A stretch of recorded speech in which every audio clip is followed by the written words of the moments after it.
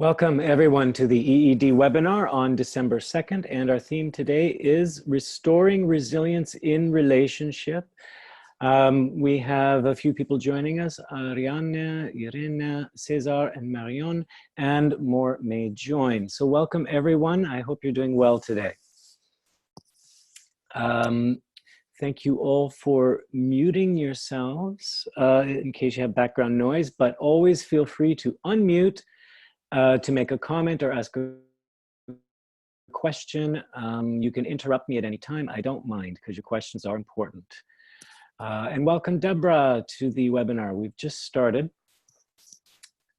So hi, would love to know briefly from you, we don't have to hear from all of you, but some of you, what attracted you to come to this webinar regarding restoring resilience in relationships? Do you have any specific things that drew you here, or do you have any specific questions you'd love answered at some point during the webinar? Anyone out there? What feels fascinating about this topic this time?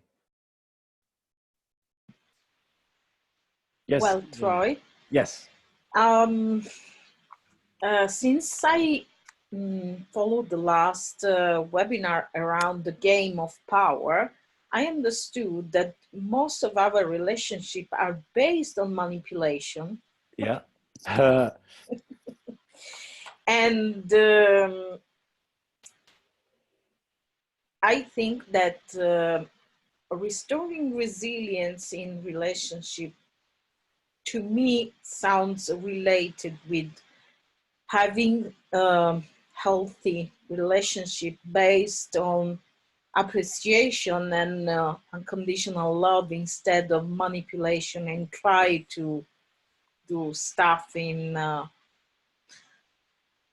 Excellent. of energetic heavy way, because Right. It's lighter having resilience in relationship. It definitely is, and we have more fluidity in relationship.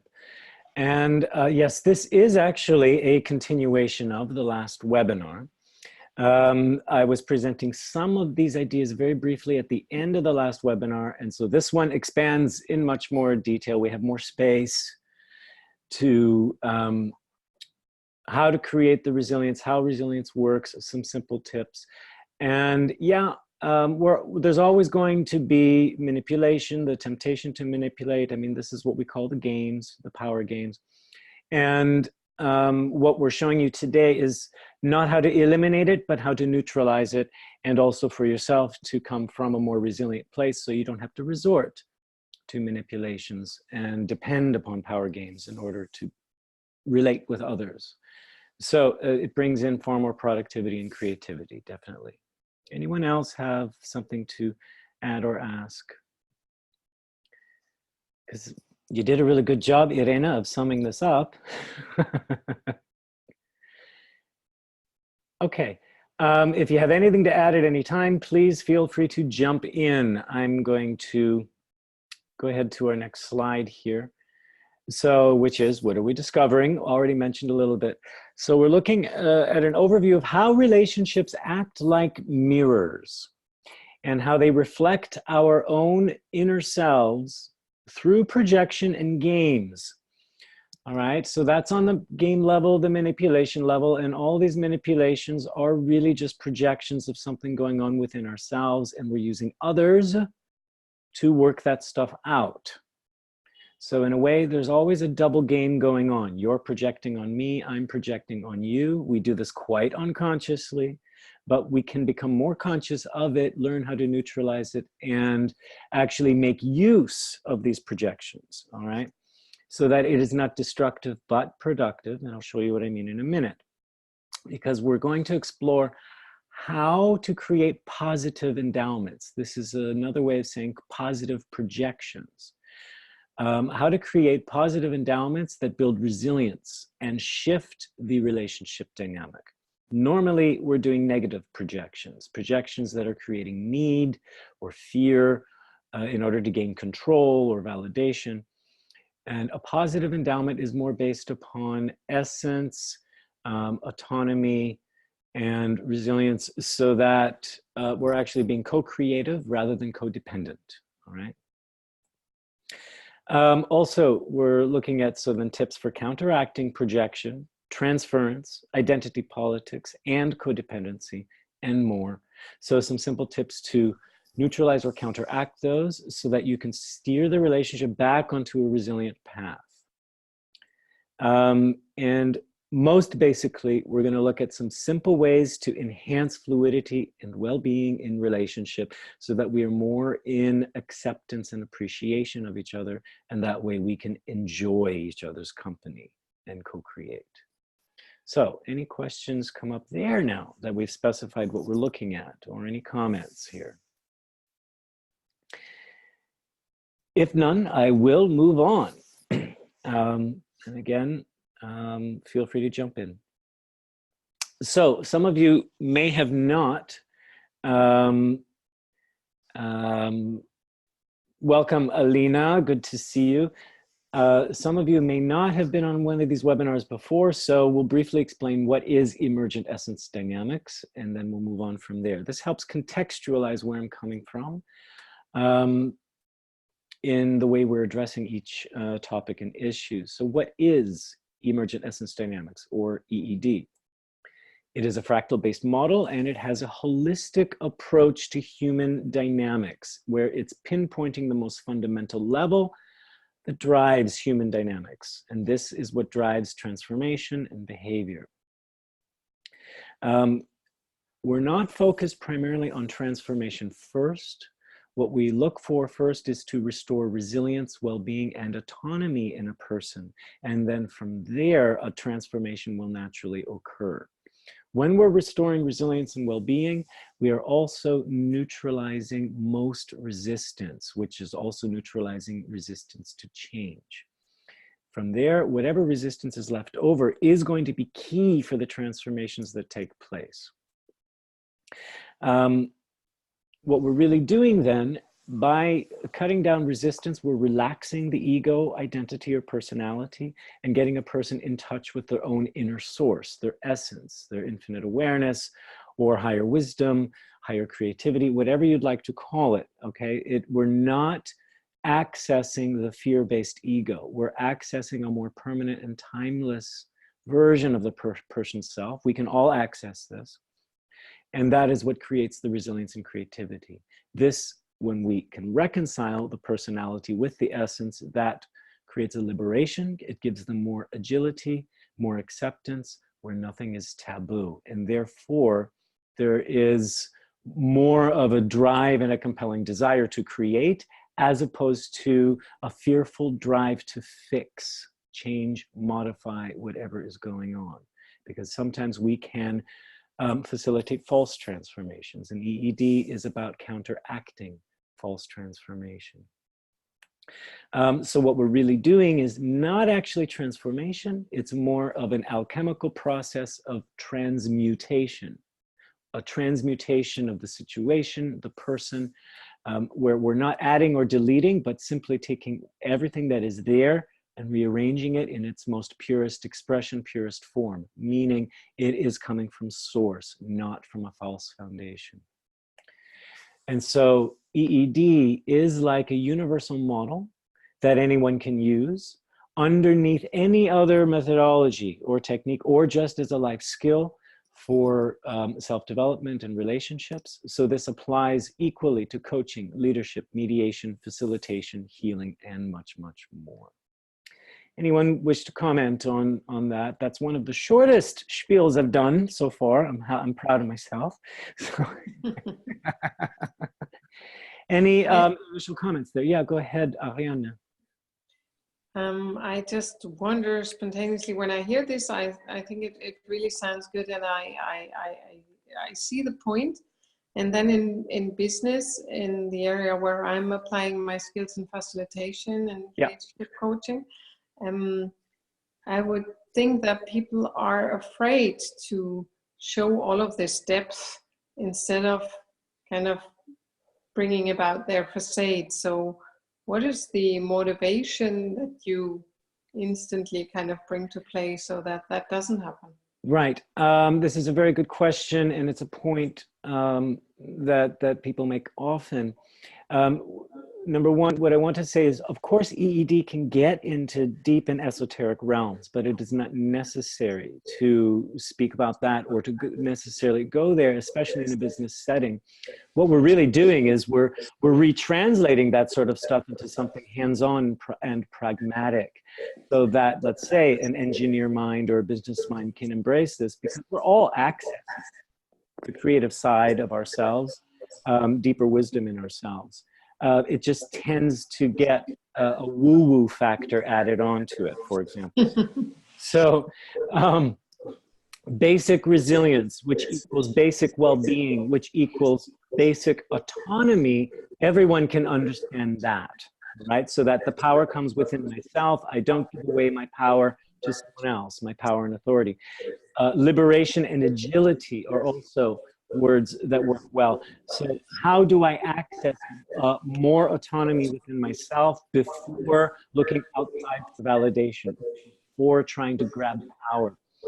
When I'm able to come from a more resilient place, meaning I have flexibility, adaptability, I can bounce back, I have access to full creativity within myself, my relationships will be more balanced, my leadership will be more balanced and kind without losing my footing or my authority, without becoming a doormat. So really everything becomes more balanced. So we're balancing persistence with patience, compassion with being demanding. EED is all about counterbalancing these opposites, for example.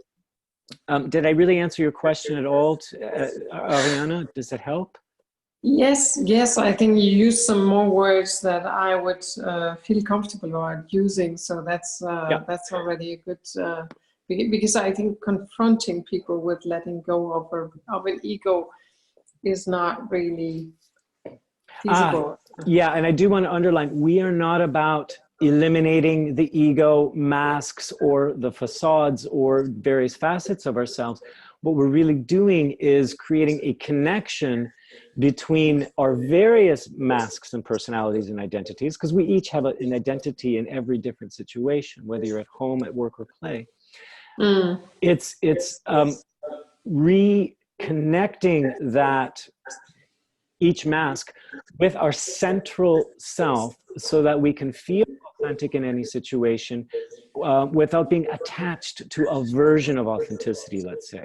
Okay, so if I really need to exercise my authority in a business meeting and slam my fist on the table angrily, that's not about a power play. That is about coming from a place of authenticity. I don't have to be afraid of myself, or people don't need to be afraid of me. And I can still keep my compassion and kindness while still exercising authority. Does that make sense? Absolutely, thank you. Yeah. So it is a way of, we go a little bit deeper in what authenticity actually means. I mean, we go for congruency rather than an image of authenticity or an idea of authenticity. So yeah, we can keep our masks authentic because we're connected to a deeper sense of ourselves, okay? Great, were there any other comments or questions? It's a very good question, Ariana, thank you for that. Okay. I'll move to the next slide here. So I do usually show this slide at the beginning of every webinar, just because it's so good, but it helps explain where we're actually working with in emergent essence dynamics and what we're actually talking about in each webinar. So we have different levels of truth that we can access. All can be true, but each different level has access to wider and wider truths, okay? So the first level at the very top, like at the top of the iceberg or the tip of the iceberg or top of the pyramid, is the level of story. We all have our stories and narratives that we tell, yet each person's story is one version of a larger truth. It's only one point of view. So out of the whole pie, my story is only one slice of the pie. The next level is what we call the game level. So this is where you'll have two people with two different stories. Now, if they agree, they'll get along fine. But if their stories do not agree or their points of view do not agree, then we have truth in opposition. And this is what is creating friction. It's what's creating most conflicts. It's because I'm trying to convince you of my story, which I think is right. You're trying to convince me of your story, which you think is right. In my opinion, my story feels true. Yours does not. In your opinion, your story is true. Mine is not. Okay. Now, if we drop down to the next level, which we call dream, this is where truth becomes more fluid. This is where your truth can be part of my truth can become part of your truth, and we are more open to each other's truths, and therefore together we can create a wider truth. This is the level of fluidity. It also takes some resilience to be here, and it is a level where the ego is less and less in control, where meaning we're less rigidly fixed. In game and story, we're quite fixed. And in dream, we've let that go, and we're able to influence and be influenced at the same time. So where in game, truth can be in opposition, in dream, opposites can now become complementary. All right. So black and white can work together to create a fuller spectrum. Whereas on game level, black is black, white is white, and one is better than the other. All right. If we drop further into the level of source, this is the level of all potential. So this is where we experience unified truth. All truths are true. Everything becomes a truth because it is existing as all potential. Everything and nothing, all is able to exist at once. And this is where we can reconcile paradoxes. And this is where there is a feeling of unity amongst us all, where we can have diversity and yet everything can create from each other. We don't need to add, delete, or eliminate anything. What EED is doing is taking a person from their story, discovering their game, dropping them into dream, and connecting them with that source level of all potential. And this is where transformations take place that are more sustainable if we do it in dream or source level. Then we can take the person back up from source, connecting it into dream, connecting that into game and story. And they are able then to rearrange their game and story because they've rearranged themselves on the dream level. It's much like if you open your iPhone and you press and hold on an app and then all the apps start shaking and you go into toggle mode. That's like what dream level is, where we're less rigid and now we can start fluidly rearranging ourselves and then reset ourselves back into game. And that's where we can shift all of our relationship dynamics, is through dream and source. How is this sounding? I will show you in this webinar how to access dream and source in relationship. That's what the point of this webinar is. And those little funny diagrams on the right with the bubbles will become clear soon enough. Any questions or comments here on these 4 levels? I guess the thing that you were asking what drew us here, I think for me it's the word restoring, because right now I have an important relationship that's, yeah, it feels brittle. It's become brittle because it's in stress. That's not its normal state, but once it's there, it's tough. Yeah. So that's where the resilience comes in. Where it's going to feel brittle is on the level of game, because game, you see this red line here. It's win-lose. It's win-lose compromise. That's the nature of game. So it's never going to be win-win, because that means it's a compromise. And it's disconnected. The game is disconnected from source. It's being driven by emptiness, which creates fear, need, desperation. And so I've got to take, or I've got to protect, or I've got to push you away, or I've got to say, I'm going to break, so don't talk about this with me now, et cetera, right? Where it'll become very brittle. We can open that up when we drop the relationship more into dream. The brittleness, the resistance, the fear starts to dissipate, and then we can plug ourselves back to a level of source where we regain well-being. We're restoring our connection to the resilience, bringing that resilience back into the relationship. So yeah, so you're in the right place today on some tips on how to get that done. And for all of us, I think the one key here is, well, two keys. Number one, story and game is all based on rules and conditions. If something is conditional, it's not necessarily resilient. When we move into dream and source, this is unconditional being. So that there is acceptance without conditions, there is love without conditions. It's a level of permanence, and what will flow into that is timelessness. So that by reconnecting ourselves with dream and source level, our games will feel different. Our games will then become actually functioning more in a fluid state than a rigid state. Now, I said there were 2 points. I'm forgetting what my second one was. It'll come back.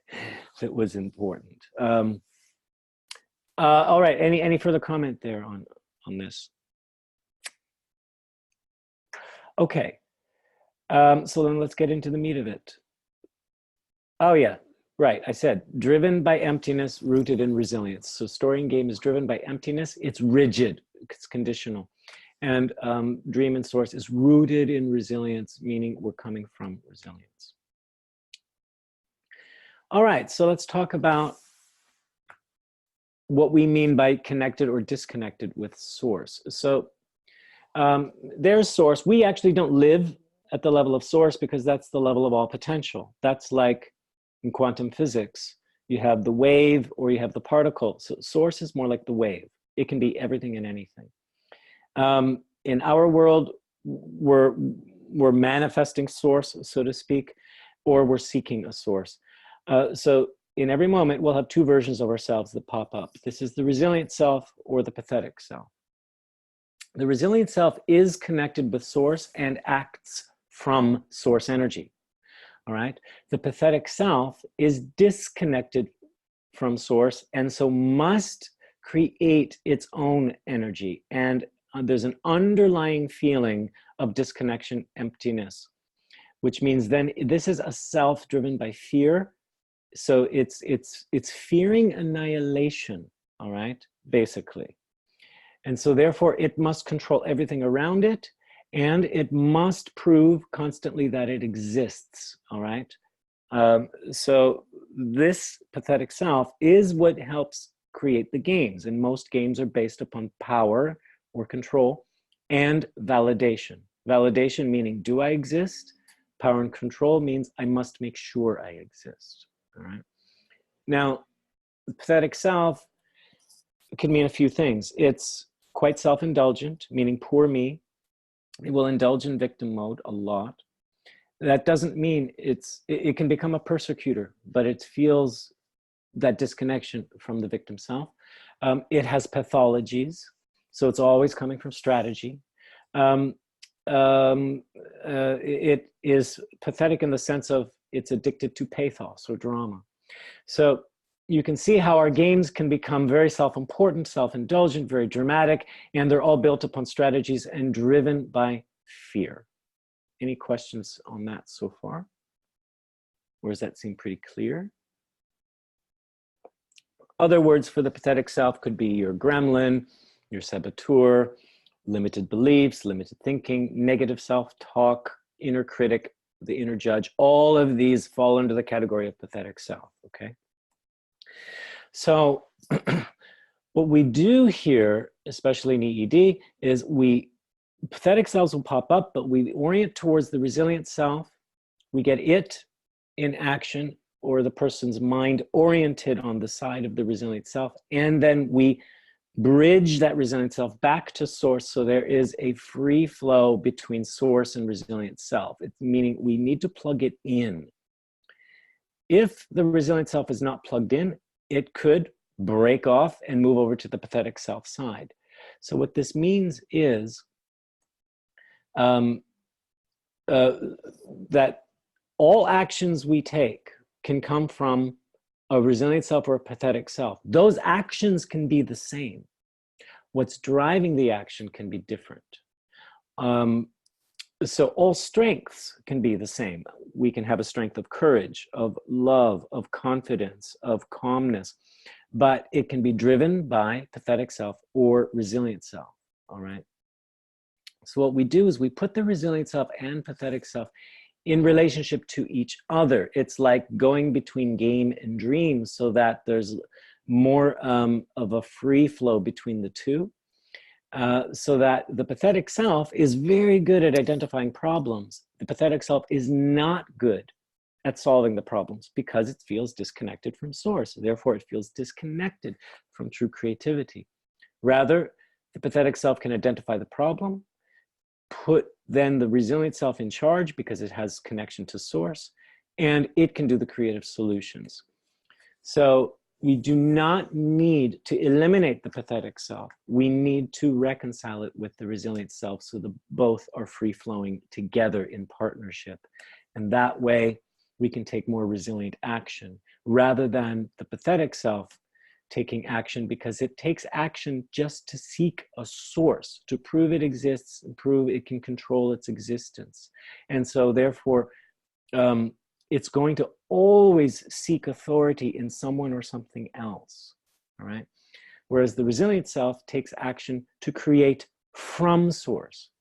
Because it's connected to source, it has its own autonomy. It does not need to seek someone else's approval. It does not need to seek someone else's validation or authority because it is its own authority. It can certainly learn and grow, but it doesn't need to depend on someone else's wisdom or authority or approval.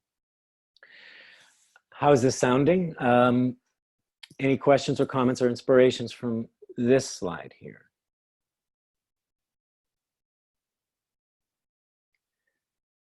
Okay.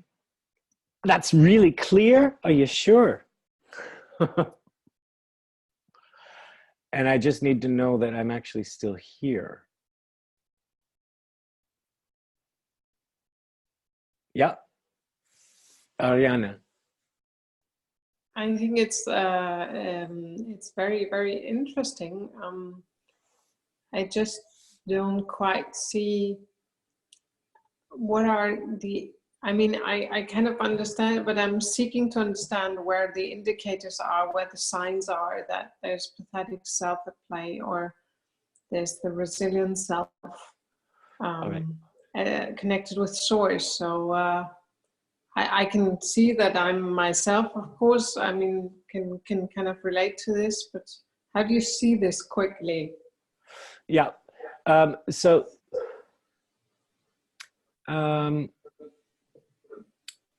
the pathetic self is based, again, just like game, because pathetic self is what the player in the game, okay? Yes. It's based on rules and conditions. So if I'm in a relationship with you, Ariana, and I'll say, okay, we're going to work together, but you have to work this way and that way. I'm going to design an alliance with you so that we can agree and work better. But really, maybe I'm setting up this alliance just based on my own convenience because I fear certain things, all right? And I'm now going to project and impose upon you and your creativity and your freedom in the way you work with me, all right? If I'm coming from a resilient self, I'll say, let's put an alliance in place, some working conditions here, but it doesn't have to feel like, oh my God, if you break these conditions, I'm going to die or I'm going to get upset. And God forbid if we get upset because we don't want unpleasantness in our business relationship. Okay, that would be a pathetic self-talking. Do you understand? So all the basic one surefire test of to see if someone is operating from a pathetic self or resilient self is test them by taking away the condition. And if they run to cling to it, but they're not resilient. If you take away the condition, then they'll say, well, I'm okay. I'm not dying here. I don't like it, but I'm okay. Do you see?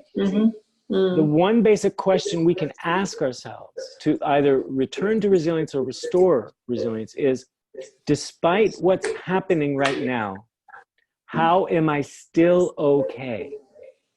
All right, yes. That will point us towards our resilience. A pathetic self will say, look at what's happening right now. Look how ruinous this is. Look what a disaster it is. Look how it's affecting me. I wish it could be different.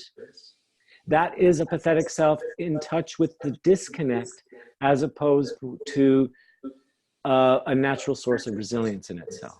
Okay, it's identifying the problem, reinforcing the problem, and obsessing about the problem, and making the problem more of a problem.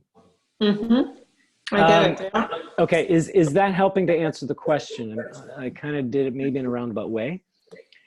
What I want to say is that everything and anything can be a pathetic self, even if it looks strong and admirable. If it doesn't have a foundation of, I'm still okay here, it will be a pathetic self. It just looks like a warrior, or it looks like a lover, or it looks strong. But it's really got emptiness behind it. So you have to start developing an eye and an ear, in a sense, for what's the energetic background. Is there a smell in the air of fear or desperation behind this behavior? That's how you can tell it's a pathetic self. Cesar wrote a comment in here. This is a crucial resource for humankind, especially in the face of artificial intelligence stripping us of basically everything. We will be learning this wisdom in schools instead of other AI stuff. Yeah, it's true that in a way, the more we give away our power to artificial intelligence or convenience, it's becoming a distraction from us connecting to our own source. I mean, just think about, who can open a map now and find their way around town, whereas it's just so much easier to open up your phone and get GPS. It's too easy to open up a calculator and do basic addition and subtraction. So yeah, these devices can reinforce our pathetic self and weaken our connection to source. So that's why autonomy is important. It's a little bit of a left turn from where what this webinar is about, but it's a great comment, and thank you, Cesar, for that. I'll keep speaking about pathetic self, resilient self, and source during this webinar as we go through. Okay, I will move on. And every once in a while, just unmute yourself to say, yay, that's great, haha, great, wonderful, just because I can't see if how my internet connection is doing, and sometimes Zoom will boot me off for some reason. So we're going to look at the fluidity in relationship here. It was on that story, game, dream, source diagram. Here in the level of story, I'm really reaffirming my own beliefs, opinions, and judgments about things in order to reaffirm my sense of reality. This is what's called a closed bubble. And so when I put you in front of myself, I'm not really experiencing you. I'm experiencing how you seem to me on the surface of my bubble here. All right. So I'm interacting, in fact, not with you, but my version of you. So I'm really just interacting with myself. Okay. And this is a closed reality. And this is where things will bump up against each other. All right. I'm going to show you towards the end of the webinar how to open that bubble so you're more in this state where your focus truly is over on the other person and you're allowing them to affect you. This is key. You have a sense of fascination over there without your judgments or opinions interfering. It's just a pure sense of fascination to find out, who are they? What are they about? And then letting that affect you, letting their ideas, their energy, their behavior affect you, so that then you can send more over. And that way, when you start opening your bubble, they automatically open their bubble because they are feeling a sense of acceptance from you, as opposed to a sense of judgment from you. This can also mean they don't feel like you need them to change or modify themselves in order to be more pleasant or agreeable to you. Even if they're behaving badly and you're okay with that, they're going to, actually will calm them down because they'll be less rebellious.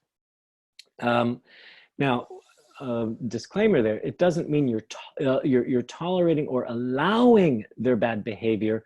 You're simply accepting that that's what the behavior is right now.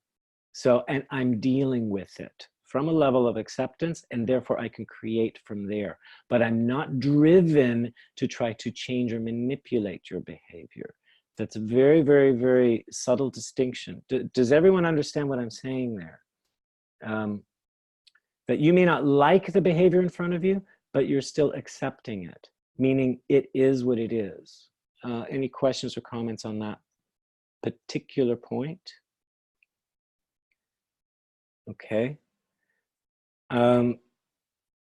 Because I can't see you guys, I can't see if you're moving, so I just need to know if I'm not frozen. So can someone just say you're okay? Okay. Yes. Oh, fine. I wonder how you avoid to get. I mean, when you're triggered, you're basically all, I mean, kind of absorbed into your bubble, right? You are, yes. So what happens is you can be in a flow of the relationship, and then something triggers you. Yep, you're going to pop back up. Close. Okay, this is a protection mechanism. Okay. Then we can reconnect ourselves to our own resilience. We can drop back down and continue the flow. So in life, in reality, we are toggling back and forth between closed bubble, open bubble, closed bubble, open bubble. All right. We can drop further where then we're letting go of identity completely, temporarily, and just connecting to our own essence or our own source or our sense of all potential. This is where we're in an unconditional state. We can do that by ourselves, but it's also possible to do that in relationship where it creates like a unity consciousness. Now, in the EED courses, we teach you specifically how to do this and how to facilitate this. And where this is where reconciliation of conflicts happens, is in this unity consciousness level. Then this is what brings resilience back into your story. It allows you to drop more freely.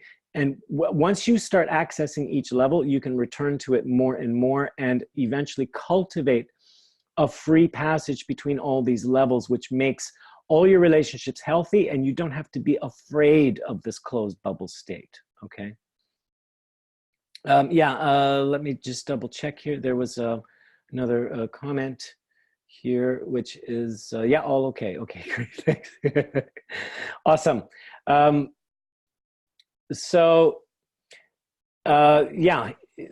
Toggling between resilient self and pathetic self is like toggling between game and dream. Dropping down into source is like moving down from source to essence. And I'm going to, this little diagram with these funny little looking loops, I'm going to show you now on what this means, what it is, okay? And this is how to create a free flow of resilience. So again, a positive endowment is like a positive projection. It's based upon an essential quality, which is the main qualities are unconditional peace, unconditional love, unconditional unity, or limitlessness. Limitlessness could mean limitless creativity. I'm all inspired. It could mean limitless potential or limitless wisdom. A lot of times when you get inspired and exciting, you'll tap into that quality of limitlessness, all right? The other easy one to tap into is peace. When just you have those moments of deep calm, like everything is just okay, and there's this very tangible feeling of deep calm and stillness. That's also essential peace. From those two qualities of peace and limitlessness, it's quite easy to then start entering unity, where you can feel connected to others, or you feel you are connected to others, like an omnipresence, like I am you, you are me, or just feeling the connection between everything, feeling the interconnection, or feeling true unity and oneness, where there is no more division. And love is like this magnetic force between us all. There's a natural benevolence. Where the love is not based upon, do you like me? The love is just radiating. A mother to a child, that natural maternal love for her baby, that would be like the essential quality of love. What happens is we can drop ourselves down into this state of being unconditional, and we can locate it. Where does this feeling of, say, peace, love, or limitlessness feel strongest? In my body. We identify a body center. And with that, what's the sensation? And then what is the special quality there?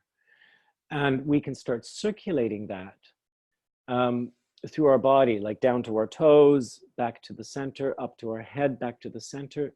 You could do this as an exercise, like say in the morning or in the evening or at any time. It only takes a few minutes. You could ask yourself a question like, how am I okay right now? Or what am I appreciating right now? And start distilling it down and down more and more into what feels permanent, timeless, and unconditional here. Another one is, what is something that nobody can take away from me? Be it my laugh, or maybe it's my thoughts, maybe it's my sense of humor. Then connect with that and let it feed back into your well-being. And then again, just keep dropping yourself. All right, what am I enjoying in this? How is this feeding me? What's the special quality I'm feeling now? What's feeling permanent? Those kinds of questions will lead you into an essential quality.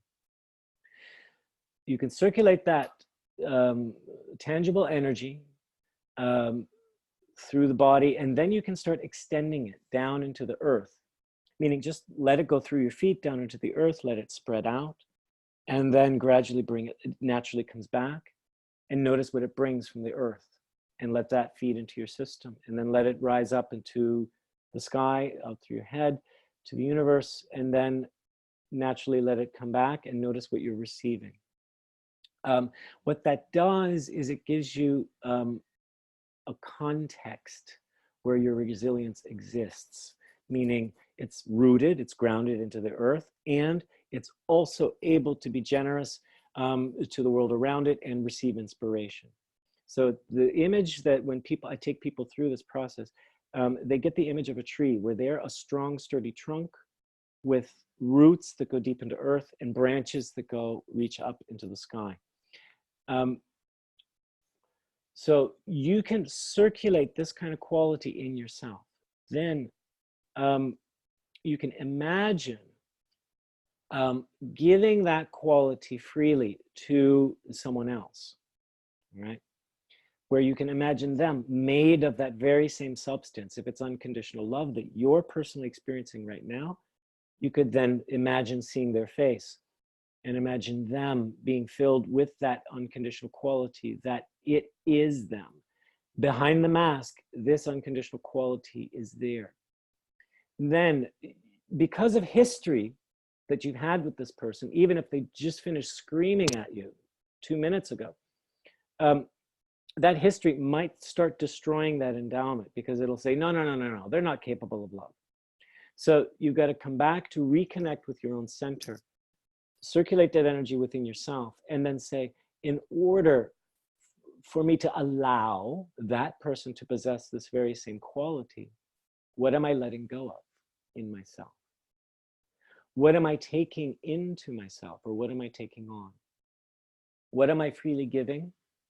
And what am I receiving from them when so they are the embodiment of unconditional love, no matter how they behave.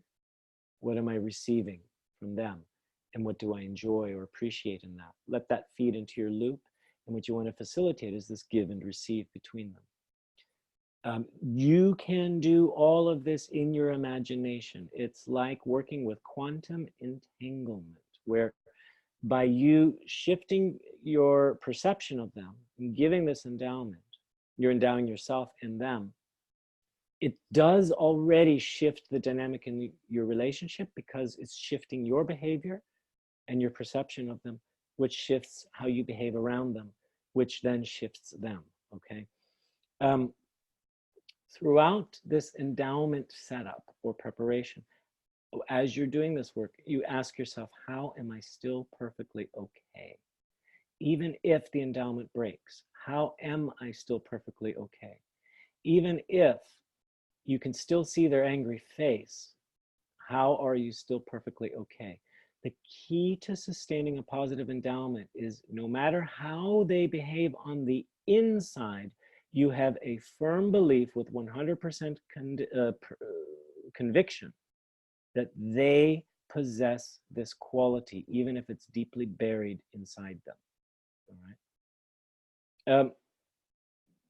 I went through that pretty fast, but what are your thoughts here? What are your questions here around creating a positive endowment of another person and sustaining it?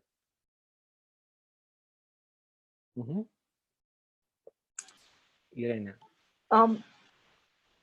Listening by your talking, I was thinking, what if I always think that this person like me can have access to peace, love, unity, limitless, instead to think about the problem that we have? Exactly. And try to understand how to elicit this wholeness that he already has. Right. So that's what popped up in my mind. All right. Now, even if, you know, you're having difficulty with a particular person, when you walk away from them and they walk away from you, and I mean, both of you are going to go seek solace somewhere to calm yourselves down. Okay, they're upset, you're upset, you're both trying to do things right. Okay, so just by the very idea of I want to make this right actually is a resilient energy. It's just, if it's conditional, I want to make this right, and God damn it, you better do it the right way that I say. Do you understand? But just the purity of I want to do this right.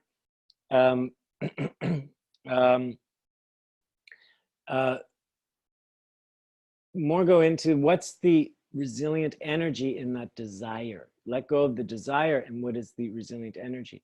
And there you can start finding some calm. And know that they're probably doing the same thing. So they are capable of accessing deep calm and peace within themselves. That's what's more important to remember, is what's that internal spark. Every person does have access to that infinite spark within themselves, even if they behave badly on the outside. So you're right. Don't focus so much on the bad behavior. There's an acceptance of it.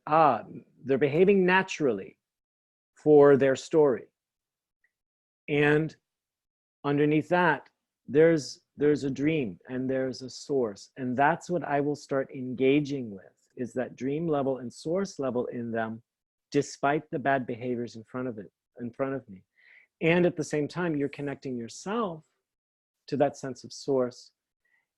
And already they will start calming down, because you are in an okay state. It's not that you're calm. You're in an okay state. That's the difference. Marion was saying it's a lot about being authentic. It is. And what I mean by authentic here, it's connected to source, or according to source. All right. It's not about I have to look true on the outside or feel true on the inside. When I'm connected to that infinite source within myself, and I'm congruent with it, I naturally will be authentic. Yes.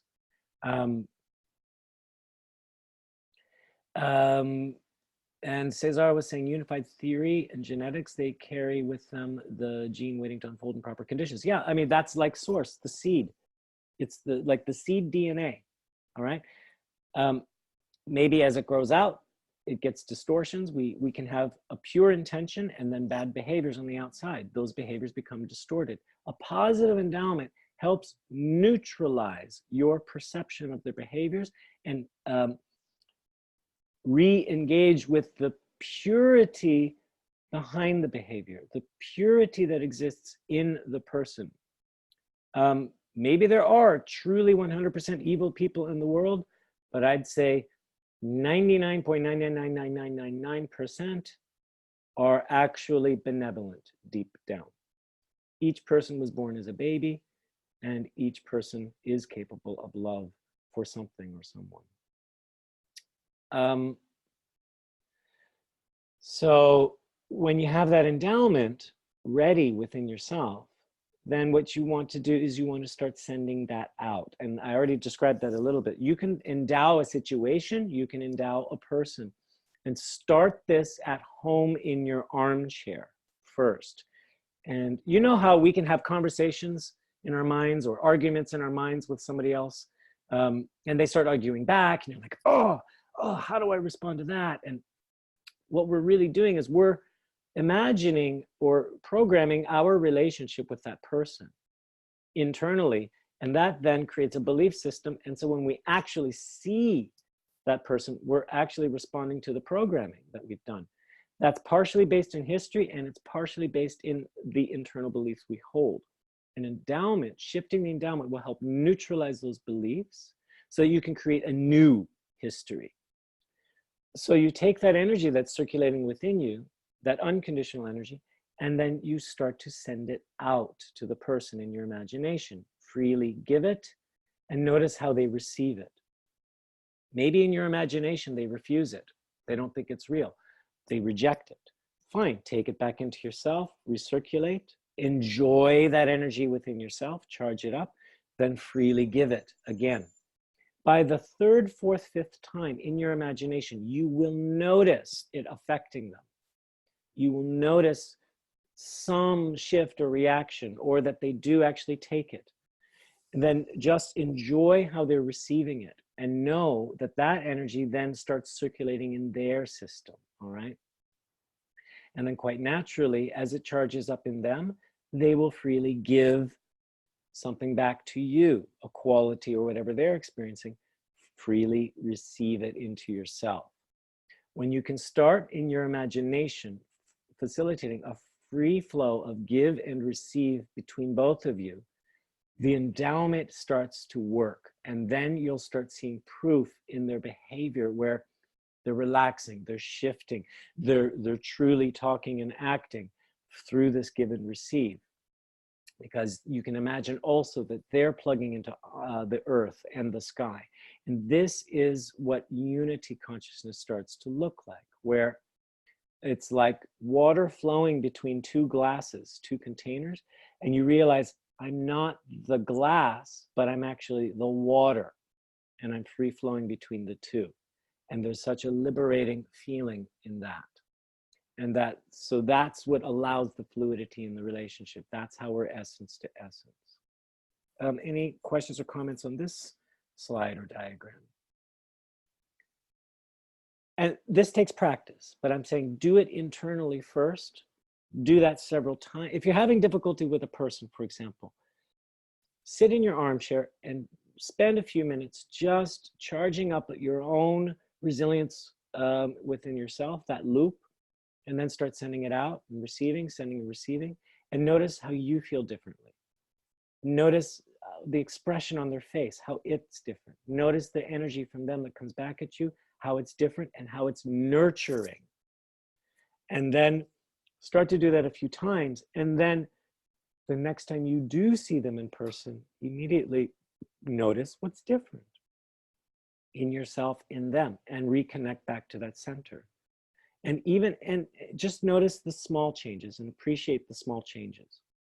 Maybe they still will seem like they're closed.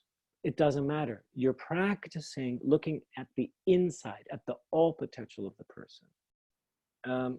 How's this sounding? Any questions or comments here?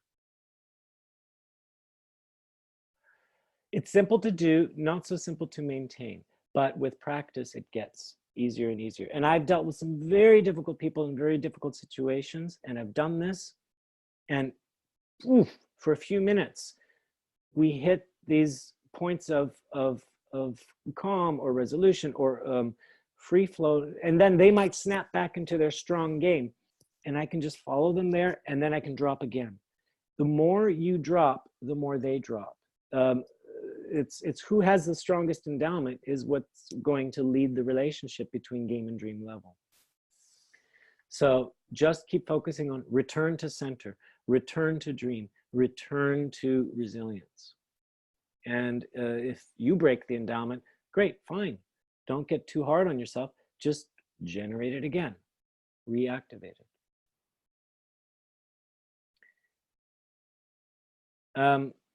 So yeah, I'm going to leave you. This is the final thing, is just how do you get it started really simply. Yeah, Marion was asking, what does endowment mean? Okay, so I'm going to go back one slide here for a second. So endowment in English, like you are endowed with a talent, endowed with a gift, as if it's like a natural gift from God, for example. It's usually has sort of a divine or religious connotation to it. But endow means to give, to put upon. It's like a projection. I'm endowing you with the quality of being a highly talented individual, a highly intelligent individual. I'm endowing you with that. So it has to do with perception, projection. I'm giving something to you. I'm putting something upon you, all right? It also has the connotation of receive. I've received a particular talent from the divine or from God. I'm endowed with the gift of such and such, or of being a great pianist, for example. So in other languages, I do not know the German equivalent. I do not even know the French, but in Spanish, it might be gift, don, like gift. So, so think of endowment as a projection that you hold and that is received. Okay, so that's hopefully sufficient. So Marion said thank you.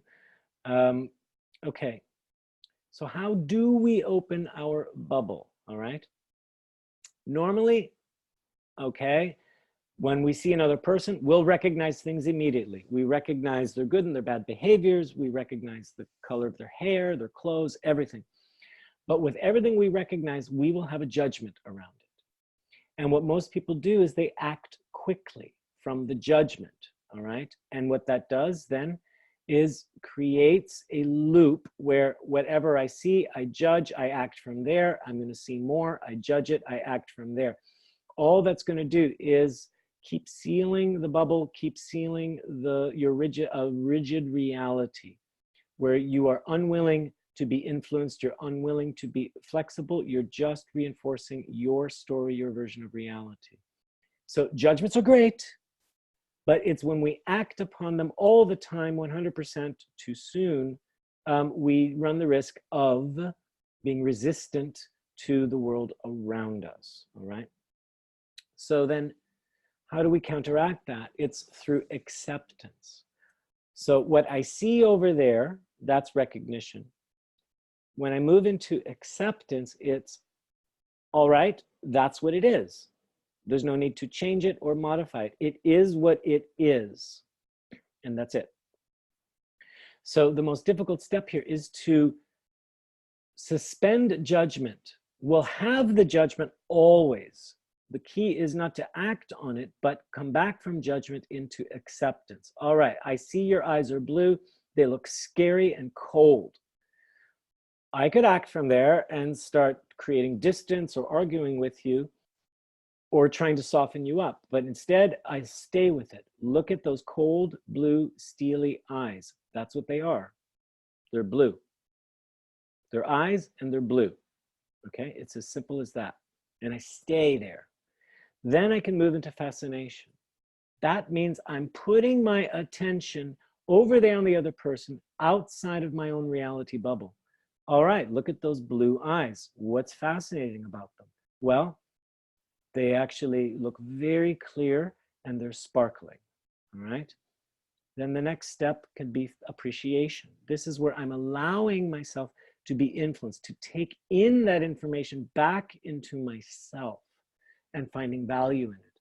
Look at those cold, steely blue eyes. Well, they're eyes and they're blue. Oh, I notice that they're sparkling and that they're very clear. Actually, I appreciate that there's a solidity, there's an intelligence behind those eyes. So then I could actually start enjoying what's there. And that's when we start expanding our bubble. And that from enjoyment, I can then decide, okay, I will engage with this person now. Now I can step into relationship with both feet. Prior to that, I had one foot in, one foot out. I wasn't really sure. Look at this person with those cold, steely eyes. I don't know if I should engage or get away. But now that I've gone through acceptance, fascination, appreciation, and enjoyment, I now can fully step into relationship with them and start participating with them. Now we have a dynamic where what I can do something to them, they can do something to me, and we're freely influencing each other, and that's what creates co-creation. And then there's the next thing to notice. Oh, I'm noticing that they're smiling. Oh, now we're talking. Oh, now they actually are really smart and they have a depth of conversation I never noticed before. Had I judged, act from my judgment of look at the cold, steely eyes and created my distance, I would never have gotten to know this person and realize that there is something more to it than what I originally judged. How is it to walk through these 8 stages of truthful relationship? And what we mean by truthful is it's an expanded truth beyond our reality bubble. Any comments here?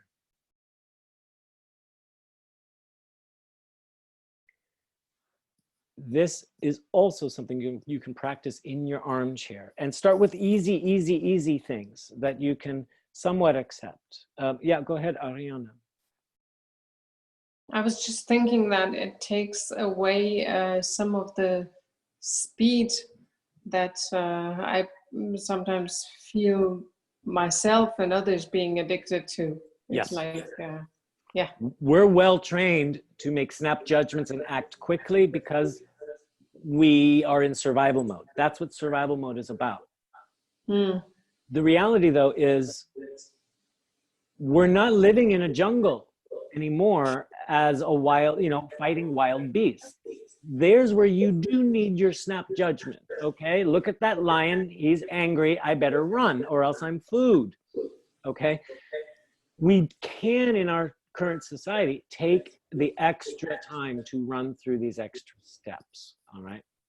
And we can still, if somebody's gonna snatch your purse, you snatch it back and you don't, but if you're sitting, if you're in a business meeting or in a networking event or just simply socializing, it's not do or die. You can take the time to run through these steps, right? And you can always have your snap judgments in the background and pull them out at any time. The point is, this provides the alternative to cultivating a more truthful relationship with people. Yeah. So we don't necessarily take the extra 3 seconds this takes. And this is a constant. It's an ongoing loop. Yeah. Anyone else? It's very encouraging, I think.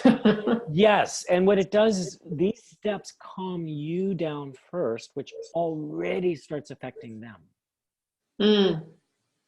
Especially once you start getting into appreciation and enjoyment, they'll feel you appreciating and enjoying them, and they'll act like a mirror and start mirroring that energy back, okay? If you start acting from judgment, they're gonna act like a mirror and start judging you back. So this is a way to neutralize those power plays, those projections, the transference that people are throwing upon each other all the time, because it's all just coming from fear and emptiness. This loop of 8 steps already connects you to your own resilience. It takes resilience and a little bit of humility to open that bubble, and it all starts with a little bit of acceptance.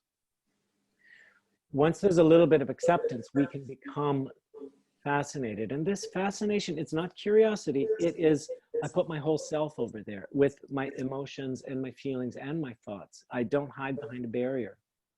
It's like I'm digging in the dirt and I'm digging around and getting my fingernails dirty here. Once you've got a little bit of fascination, it increases your acceptance. Once you've got a little bit of appreciation, it increases your fascination. So you can walk yourself through these steps. If at any point you're like, no, I'm not enjoying this, stop, back, to the first step. Recognize and accept, and start building them up again. Eventually you'll get through all 8. So don't obligate yourself to force yourself through. If you can't make it through one step, back it up or go right back to the beginning and rebuild and rebuild. And also regarding the judgments part, where you're not just judging them, you're judging yourself as well. So accept both. Accept your judgment of them and your judgment of yourself, put it aside and say, well, that's what it is. And become fascinated. Yeah. That is key. Anyone else have a comment? I see this comment coming through here on the chat. These steps are also great for feedback. Yeah, that's what Cesar put. Yeah, to prepare yourself for giving feedback, also for preparing yourself to receive feedback. Then the feedback doesn't need to be sugar-coated, or you don't have to avoid, you know, speaking to what's not working. Speak the feedback from a place of acceptance, fascination, and appreciation. Hear the feedback from those stages, and you can have a much better working relationship. Yes, that's very, very, very true. And one more coming through. I know we're pretty much about time. Marion was asking, what about intuition? Do we trust it or try to squeeze? I'm not sure what you mean by try to squeeze, but when you start connecting yourself to that deeper source, that sense of inner resilience, inner wisdom, and when you are congruent with yourself, meaning you're lining up your thoughts with your emotions, with your actions and your words, you'll have access to higher intuitions because you're congruent within yourself, and therefore you can start accessing deeper intelligence within yourself. So if you're forcing intuition, or you're doubting your intuition or your thoughts, maybe, well, then just become fascinated with it. Appreciate what it offers, start enjoying it. You don't have to act on it yet. You see, we're so in such a rush to act. Take some time to explore before we act. So, and in life, we'll toggle back and forth. You can act from judgment, but you now have another choice. You can act from acceptance and enjoyment and creation. So this is another way how you toggle between game and dream. The 8 stages lead you into dream. And when you start connecting with what's permanent and timeless and unconditional, you'll drop even further into source. When you start acting and responding through judgment, it's going to lead you into game, because judgments are based upon conditions. That's where you're acting off of rules. Judgments are according to rules.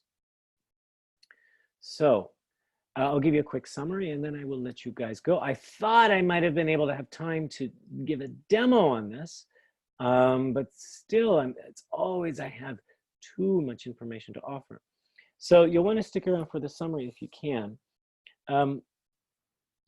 So when in relationship, listen and respond to a person's actions, behavior, and energy, rather than their words, feeling, or narrative. Because what they're saying and the feelings they're projecting and the story they're trying to convince you of, that will be a possible manipulation. That's a mask. You've got to look at, okay, well, they're saying one thing, but what are they really doing? Okay. You got to look for what's congruent in the person as opposed to what they're promising you. Their games are driven by judgments and conditions and status. So if I'm saying, oh my God, if you'd be a better friend to me if you do this and that, but you promised, and you know, I'm so disappointed in you. That's a story with feelings that are projecting on you. And behind that are judgments and conditions. And what I mean by status is high power, low power. They're exhibiting high power over you and putting you in a low status to say, I'm so disappointed in you. I thought I could count on you as a friend. Why can't you do this favor for me? It's not that hard, you know. They're not accepting you. They're not accepting who you are or what you are putting forth to them or proposing. When you're on dream level, there is no status and everything is built upon basic acceptance. Okay. That's one way to see through manipulations. Are there judgments, conditions, and status being put upon me? Are they using words, feelings, and narratives to try and have power over me? Look beyond that, and what's their energy? Is the energy coming from a resilient self or pathetic self? What's their behavior? What are their actions? Does it all match up? Is there a general level of acceptance here? If not, we're probably in game. If there's a general level of status being put upon me or being used, we're probably in game.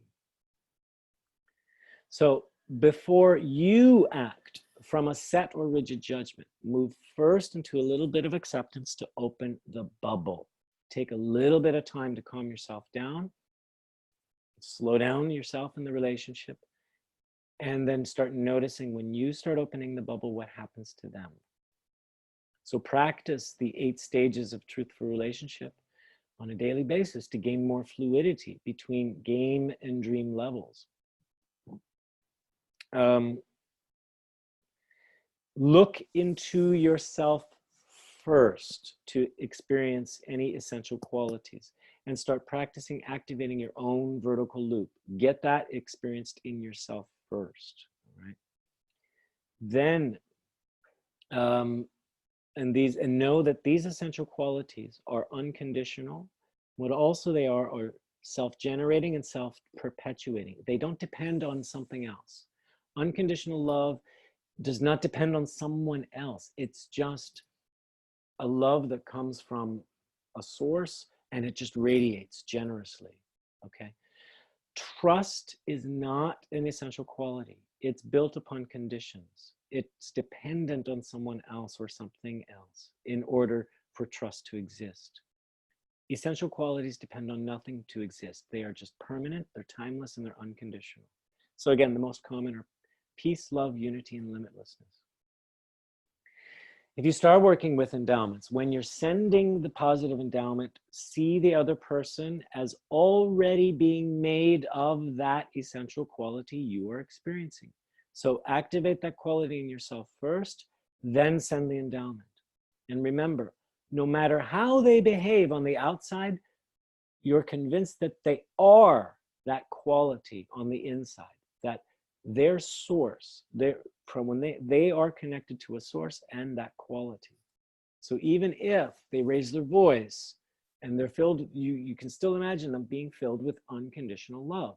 So when they are raising their voice at you, you can decide this is coming from love as opposed to they're trying to destroy me, okay? It's shifting your own perception. It will help you act differently or at least perceive differently. So positive endowments are beliefs built upon a generous and unconditional free flow of give and receive.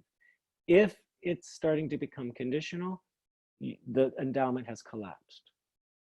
Now, this is the most difficult thing about an endowment. The proof comes later. The endowment comes first, the proof comes later. You're initiating a new reality that hasn't existed yet. It's like manifesting an intention. So you need to 100% believe and enjoy that new belief and then start looking for the proof. Let go of history when working with a new endowment and just, no matter what, enjoy feeling or being okay in the relationship. And that will also open up your own fluidity. Remember, at any time, you can choose to jump back into game. You can choose to return to rules and conditions. You don't need to stay in dream level or source forever, all right? Of course, we still have survival instincts. So I am not saying to become all accepting and a doormat and just say yes to everything and anything that comes your way. What I'm saying is be discerning, think critically, but also open yourself to fluidity, acceptance, and resilience so that you have more free flow and more choice in every moment. So, anyone else have some comments there on that summary, or what you're taking away? What are you taking away from today's webinar?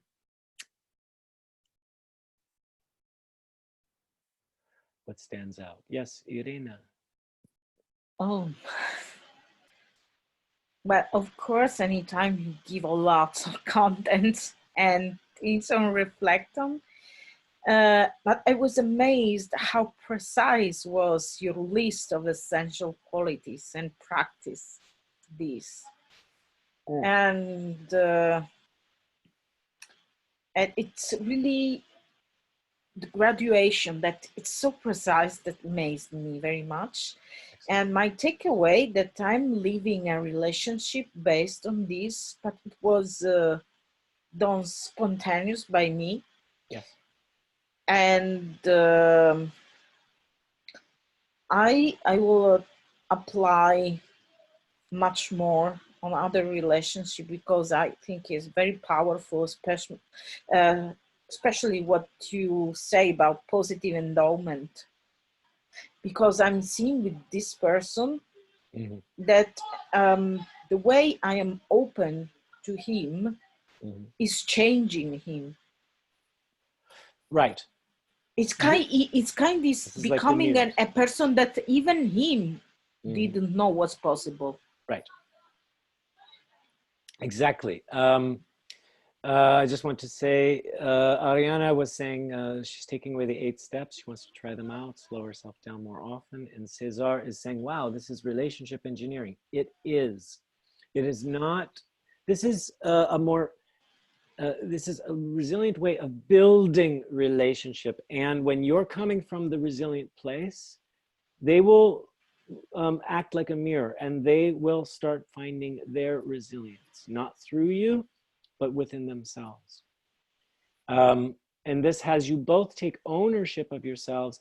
And then when you both have ownership and autonomy, it is a different quality of relationship, because you're not using each other to gain something, either gaining validation or power, but you're more augmenting each other.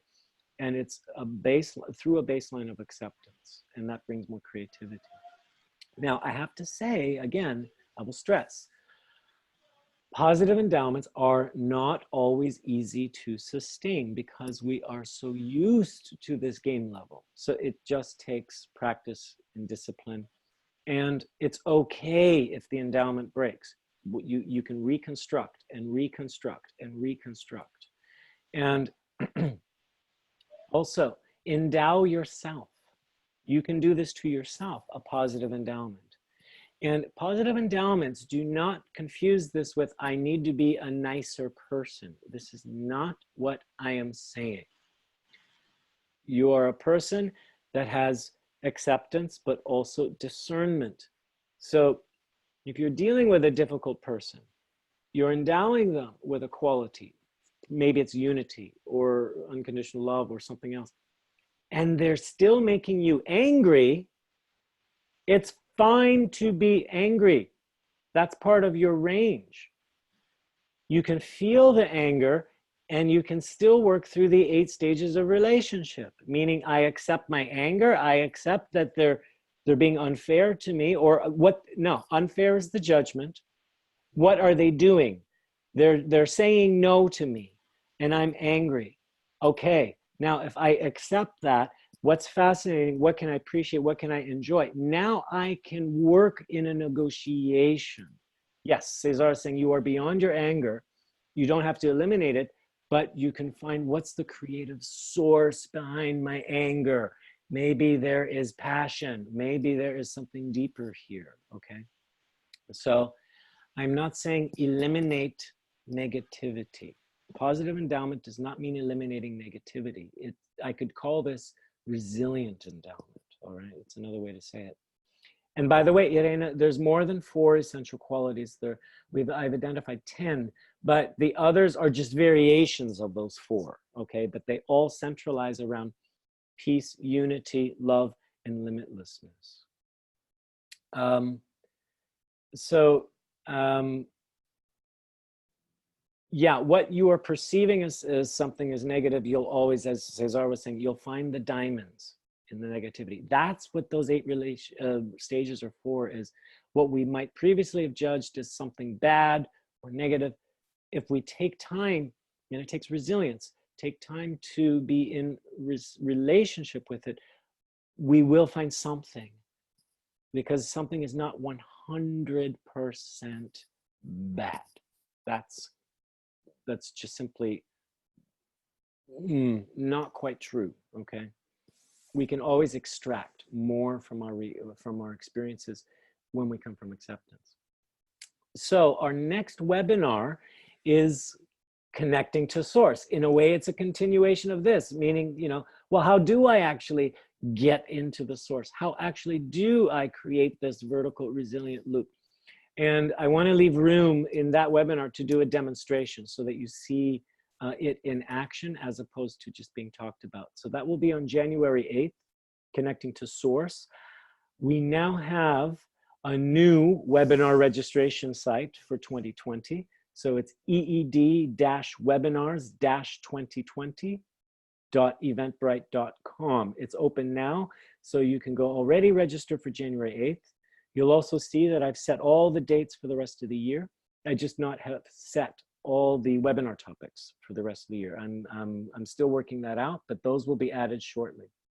And if you wish, if you're interested in taking some EED courses, especially Module 1, which gives you this foundation of resilience, gives you ways to open up the bubble in relationship and in yourself, and apply that to coaching or leadership or facilitation skills or even mediation, then email me at info@essence-dynamics.com to get on the pre-registration list, because you'll be the first to know the course dates and locations once we've confirmed everything. And we will be announcing these dates soon, at least before the end of the year. And our first series will start around March 2020 in Europe. So if you wish to find out more, get on our pre-registration list. Just send me a quick email to say, add me to the list, and you'll also get a special discount on our courses. So, and then we have our Reconciling Conflict course coming up December 6th. That's this weekend. You need a foundational module 1 in order to do it. And that definitely is the course to take if you really want to work with endowments and dropping difficult relationships into dream and source, and even to dissolve the game. That is possible, to dissolve games. So thank you everyone for joining. If you have further questions or comments, please feel free to email me. Okay, you can visit our website at essence-dynamics.com. Look for us on Twitter, Facebook, or YouTube at EEDynamics. Email us, or you can email me personally, troy@essence-dynamics.com. Thank you so much. And if you have, if you want to stick around, if you have more questions, feel free. I'm going to stop the recording. So thank you to all our listeners, and I hope to see you in January.